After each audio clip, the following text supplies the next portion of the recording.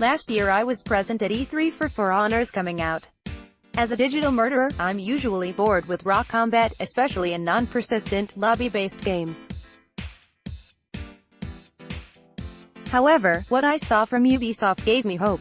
I admittedly didn't buy the game at launch due to some personal issues at the time, but I've been following the news and still feel like it's added to the online multiplayer. Sphere, simple combat design with deep mastery, fun gameplay, and yes, avatar gender and ethnic flexibility that still brings in people of other cultures to help respect the team's modifications. It may not be important to everyone, but at the very least, the base game had well-designed combat. The Marching Fire update takes that and goes further. While it's cool that we have the new Wulin faction and 4 new classes, what MMO fans might really enjoy is the new Breach mode, which plays like an action-oriented Alterac Valley, after the World of Warcraft devs streamlined it. And honestly, AV is still the PvP experience I use as a baseline for decent MMO PvP scenarios. While I enjoyed my hands-on with the new mode, I also got to sit down with Ubisoft Montreal's creative director Roman Campos Oriola to talk about cultural influences, bugs, and balance. Shaolin Viking Showdown. People around the internet have complained about the game's inauthentic take on history and gender.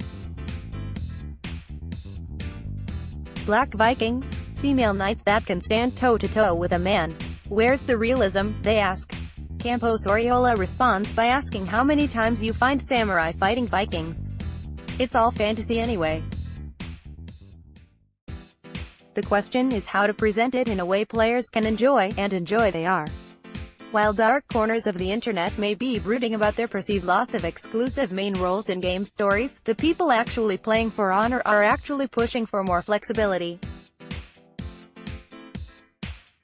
And certain classes are restricted for a certain gender, the team does it for story purposes, but fans want Ubisoft to nix that.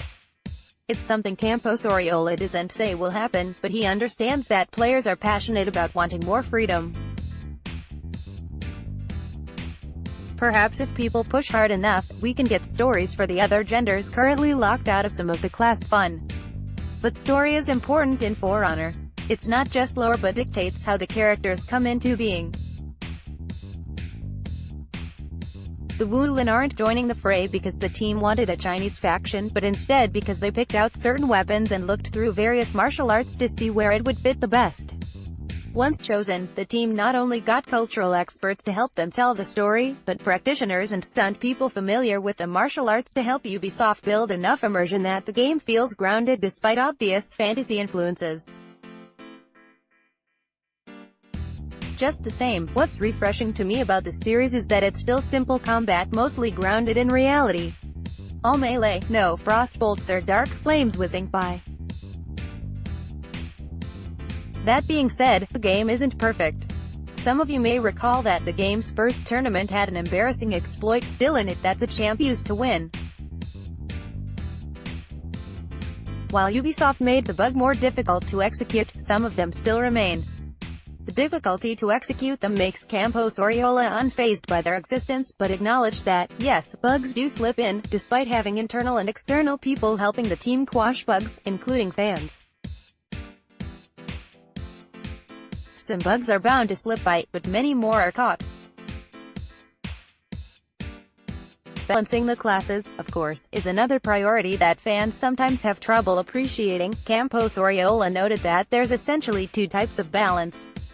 One is actual balance, like with the Peacekeeper. It's not just the developers thinking, oh, this is broken, but looking at damage numbers, player statistic data, the meta, the pro scene, etc. As it's been said, the Peacekeeper was overpowered, but it was also a one-trick pony, in that most of its kit was useless compared to the overpowered aspects. Balancing that gives Peacekeeper players more tools and also makes the class less predictable to fight against, which is hopefully more fun to play against too. Then there's the perception of balance. Many people have asked Campos Oriola when they're going to revamp the Lawbringer, but in fact, it's already one of the most balanced characters. This is a bit harder because you need to change people's perception of the class. Hopefully, balancing the actual broken classes, like the Peacekeeper, helps make balanced characters, like the Lawbringer, stand out more. Campos Oriola couldn't hint at any possible future factions, but I felt like he expected this question and didn't want to give me too many details. We certainly won't find out until Marching Fire's been out for a while. Into the Breach. While I certainly enjoyed talking shop with Campos Oriola, it'd be a mistake to not address the hands-on demo I had with the Breach PvP mode that Marching Fire brings to For Honor. I had quite a few demos this year, but I don't think my fellow press or demo guides were more enthusiastic about any other match I played this year. The demo started off fairly basic. I was allowed to practice a bit with several characters on the roster, including the new Tiandi and Shaolin Monk classes. The Tiandi I played was the standard soldier class. I'm no For Honor veteran, but it very much felt like a default character, which isn't necessarily bad. The Shaolin Monk, however, was quick, able to weave about a bit, though its power attack still felt slow and left me wide open. When it came time for our Breach, I went with the Monk in hopes that it would be more useful for doing objectives. Think of Alterac Valley. Now cut it in half and make one side attacking and the other defending their keep. The defenders have infinite lives, the attackers only have so many. The objective for the defenders is to use up the attackers' lives, while the attackers need to breach the castle and kill the enemy lord. I started the match on defense, manning the ramparts. I had several NPCs helping me, and enemy NPCs came in to attack. It kind of felt like Dynasty Warriors on hard mode, in that the enemy NPCs fell easily enough, but they could do some real damage if I wasn't careful. This always was significantly more obvious when a player assisted them. For those unfamiliar with the series, you choose to attack or defend high, left, or right. If both of you choose the same area, high, for example, you can't damage each other. A blocked attack leaves you open, so you need to figure out where to attack your enemy and when to do it so as to not get blocked and leave yourself wide open.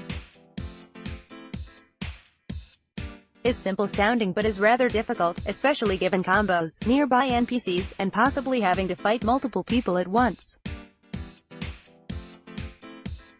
While I was trying to repel the invaders, my teammates were down on the ground floor trying to destroy the enemy battering rams. Of course, they're also guarded by NPCs and players. Our guide tried to help coordinate us a bit, but my main issue was I simply didn't know how to find the healing station for a while, and that was good, since coordination mattered. Going into even a 2v1 fight is quite dangerous, as I learned a few times when I got to my ally just when multiple enemies had finished them off. After losing the outer walls, we fell back to ours lord in classic Alterac Valley fashion. We needed to keep our lord alive and make sure they died enough for the match to end. Well, this sounds simple. At this point, we had another big issue. We didn't have the environmental advantage to stop our enemies from resurrecting their dead anymore. Revived characters don't count as a death against the attackers, so not only did we have to kill them, we had to make sure they didn't revive their allies, which is difficult when you're also trying to guard your faction NPC. No moment better highlighted this than when I got caught unaware while trying to revive my teammates behind a not-so-secret piece of cover. As the last man standing, my death gave the enemy a window of opportunity to really hit our lord hard. Except that, well, we'd already chipped away enough damage that our lord was able to finish them off. Both teams and the demo guides were floored, as it hadn't happened in previous demos. It was a tense moment, but also one where we'd made a good dent in their available lives. We rode that small victory through several more waves of attacks. By staying near our lord, we were able to intercept the enemies quickly and wear them down so the lord could finish them off. The enemies erg attacked, racking up their own deaths. It took them a few waves to reorganize and come in as a group again, but we were within 2 full wipes of winning the game. Everyone was hungry for a victory. Both teams were trying to make use of cover, NPC allies, healing stations, revives, everything. We had no discernible way to heal our lord, and visually he looked wounded without even needing to look at his health bar. In the end, there was a final stand. A lot of people on both sides died. When the match ended, it took everyone a few seconds to process what had happened. Our lord fell. We'd taken many of them out, but they'd won by a hair. Everyone, on both sides, both press and Ubisoft employees, cheered. It was a fun match for everyone involved. I can't promise that everyone's match will be so thrilling, but the game's combat already felt, well, fair.